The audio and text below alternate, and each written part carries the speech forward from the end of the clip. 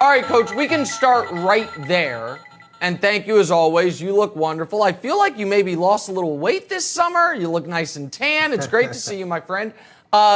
Jay Glazer reported yesterday before the Cowboys-Steelers game that, hey, the handshake deal, this is Aaron's last year with the Packers, and if at the end of the year he wants to be traded, they've agreed they'll trade him. You have some very strong thoughts on handshake deals in the NFL. The floor is yours. Well, first of all, I can't wait to hear what criteria you use to say that Aaron Rodgers won the offseason with the Packers. I don't see in any using any objective criteria where you can say that he won this.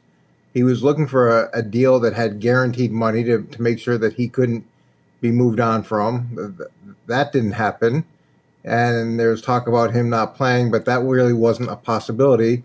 So he was able to bring one wide receiver back that cost the club $3 million. How is that a win? Now, Green Bay had to go through some negative publicity and press. Okay, but they get a really motivated quarterback to come in and he's set something up a way to challenge himself similar to the way Michael Jordan did. They get a motivated player. How has Green Bay won? And then now the report that he's going to be traded next season, and it's verbal. Those verbal contracts in the NFL, they don't mean anything. Verbal contracts in the world don't mean anything at all. I got a verbal contract when I was in the league, or a verbal promise where, hey, if you do the following, doesn't matter what happens, you can go 1-15 and it doesn't matter, just do this. And look, went 9-7 and got fired. So that's the value of those verbal promises. They're worth nothing. And if people are trying to connect the dots, what year is Coach Mangini talking about? Just check the 9-7 year, and now you can figure it out. All right, then let's talk about the football game from last night. Because, Coach, I saw 6 quarterbacks play. And the 3 best that I saw in no particular order were Josh Dobbs, Mason Rudolph, and a guy you loved coming out of college. I was skeptical of him, Dwayne Haskins. And all of those guys play for the Steelers. One of them won't make the team, I would imagine, unless they're going to carry 4 quarterbacks, which is very atypical in the modern NFL. With Dak coming off a massive injury and having massive surgery, in the last 10 months, do you find it odd that the Cowboys didn't make having just a competent, established backup quarterback? I'm not saying you tell Phillip Rivers we'll give you $15 million to come out of retirement, but a guy who was started in NFL games like they had last year with Dalton, are you surprised that wasn't a higher priority for them?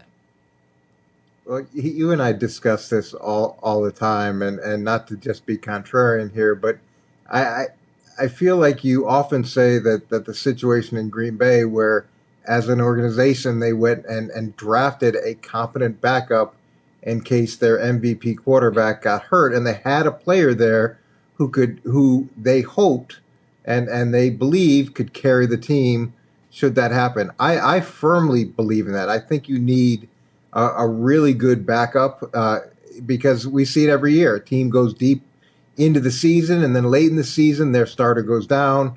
It very rarely works out where the backup comes in and does it. Nick Foles is such an aberration, but usually that team implodes. So, yes, I agree they should have someone better placed than they do right now. But I also think that's part of the reason Green Bay did what they did when they drafted Jordan Love. Well, isn't there, Coach, just stay here just for a moment. There's a happy medium, right? I'm going to use an odd analogy. If Dak Prescott or Aaron Rodgers use a car, if they're Rolls Royces, it's one thing to take a second mortgage out on my house to buy a BMW as my backup car, and another thing entirely to be like, I have a tricycle as my backup car, which is Garrett Gilbert. There's a happy medium between the two, between having having essentially a third or fourth stringer as your backup and using two valuable assets, a first-round pick and the fourth-round pick you traded to move up in order to get your backup. There's somewhere in between with like $5 million for Jacoby Brissett or something like that maybe threads the needle, right?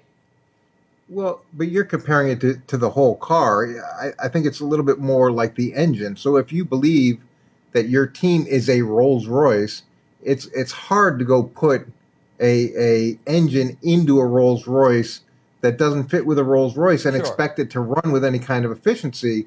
So ideally, you have the component to put into that car if the engine breaks down.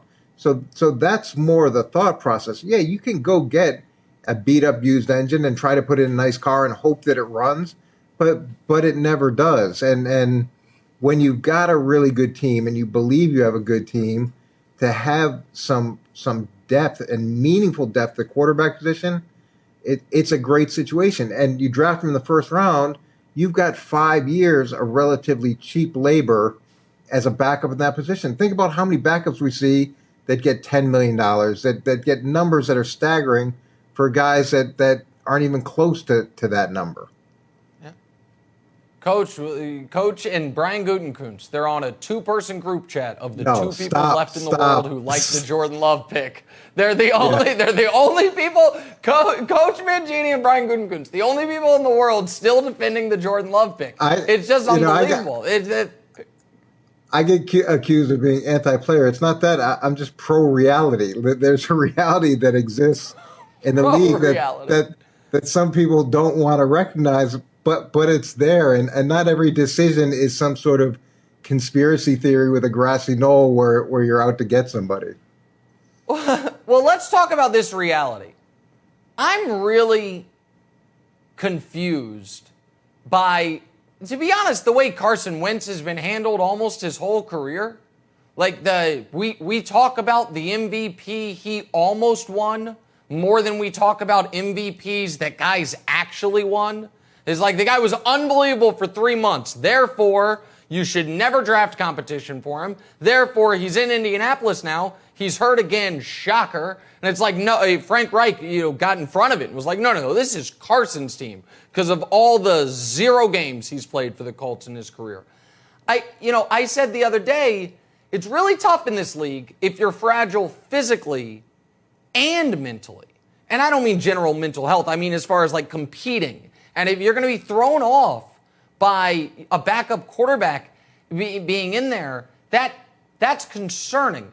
I think the Colts have a really good roster. What's your thoughts on, their situation with Carson being hurt and them seemingly wanting to protect Carson from competition, I guess?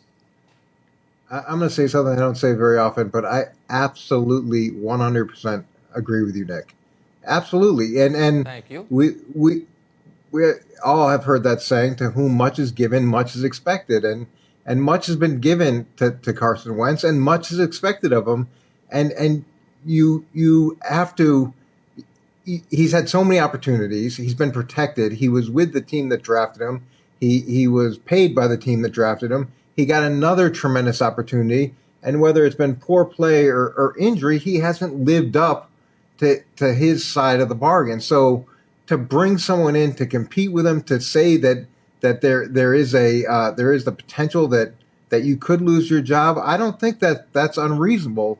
And a lot of players get very frustrated with the way that quarterbacks are handled because everybody else is constantly not threatened by competition, but constantly challenged by competition.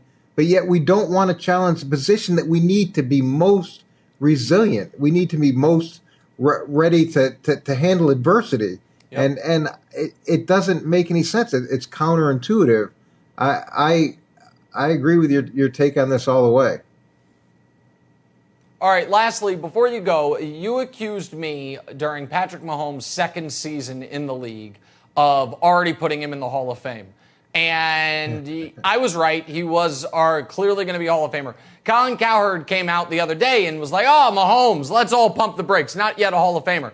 I'm curious, you, Coach, and we only have about 40 seconds here. If Mahomes today retired and you're on one of the 50 Hall of Fame voters, does he get your vote?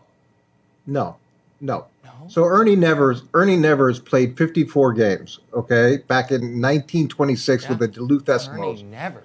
He played the least amount of games in the history of the NFL and made the Hall of Fame. And that's still more games than Patrick Mahomes has. And that's a player that was from the 20s, scored 40 points in a game, had 6 touchdowns in a game, kicked, did everything. He is the bar back in 1926. Okay. So, nope, he's going to have to keep He playing. doesn't have a Super Bowl MVP and a league MVP. Hi, everybody. Thanks for watching. Subscribe here to get the latest from the show. Also, be sure to check out more of the best clips from The Herd or go watch a few segments from other shows on FS1.